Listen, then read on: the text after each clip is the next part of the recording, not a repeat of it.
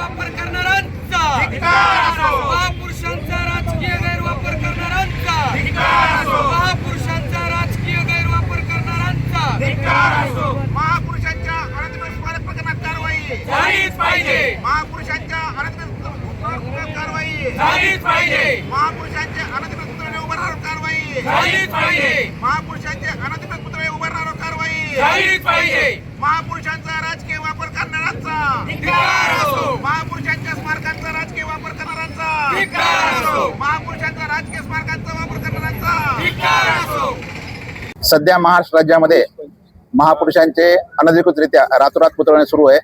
त्यामुळं सामाजिक सलोखा बिघडत आहे, कायदा व सुव्यवस्था प्रश्न निर्माण होत आहे. त्यामुळे आमची अशी मागणी आहे की जे महापुरुषांचा राजकीय वापर करतात किंवा अनधिकृतरित्या पुतळे बसवतात त्यांच्यावर कठोर कारवाई व्हायला पाहिजे. ज्यांना पुतळे बसवायचे असतात महापुरुषांचे त्यांनी कायदेशीररित्या लोकशाही मार्गाने आणि 2 मे 2017 जो शासन निर्णय पुतळे बसवण्याचा जिल्हास्तरीय कमिटीची परवानगी घेऊन पुतळे बसवण्यात यावेत. कारण की महापुरुष हे ऐक्याचं प्रतीक आहे, सामाजिक सलोख्याचं प्रतीक आहे. आणि जर महापुरुषाच्या पुतळ्यावरून जर वादविवाद होत असतील तर ही लाजिरवाणी गोष्ट आहे. त्यामध्ये जाणीवपूर्वक राजकीय हेतूने प्रेरित होऊन हे रातोरात पुतळे बसवतात आणि सामाजिक सलोखा बिघडतात. त्यांच्यावर कठोर कारवाई करावा अशी आमची मागणी आहे. जय हिंद. आज जिल्हाधिकारी कार्यालय बीड या ठिकाणी डॉक्टर गणेश ढवळे यांच्या मार्गदर्शनाखाली आंदोलन होत आहे. खरं तर हे आंदोलन करण्याचं खूप दुर्भाग्यपूर्ण आंदोलन आहे. महापुरुषांची ज्या पद्धतीनं रातोरात पुतळे उभा करून एका प्रकारे ही विटंबनाच होते.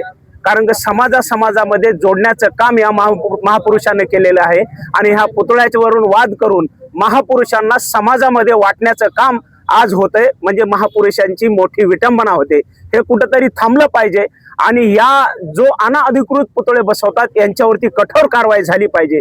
रातोरात पुतळे कुठून येतात, त्यांना आर्थिक मदत कुठून भेटते, यांना मदत कोण करतं, या लोकांची सखोल चौकशी झाली पाहिजे आणि यांना कडघऱ्यामध्ये उभे करून सख्तचे सक्त कानून सजा झाली पाहिजे. आणि जे राज्यामध्ये आज वातावरण निर्मिती झालेली आहे ती निर्मिती थांबली पाहिजे आणि महापुरुषांचा आदर सन्मान हा कायमस्वरूपी सगळ्यांच्या आणि सगळ्या जाती धर्मामध्ये राहिला पाहिजे एवढीच अपेक्षा आहे. जय हिंद, जय महाराष्ट्र.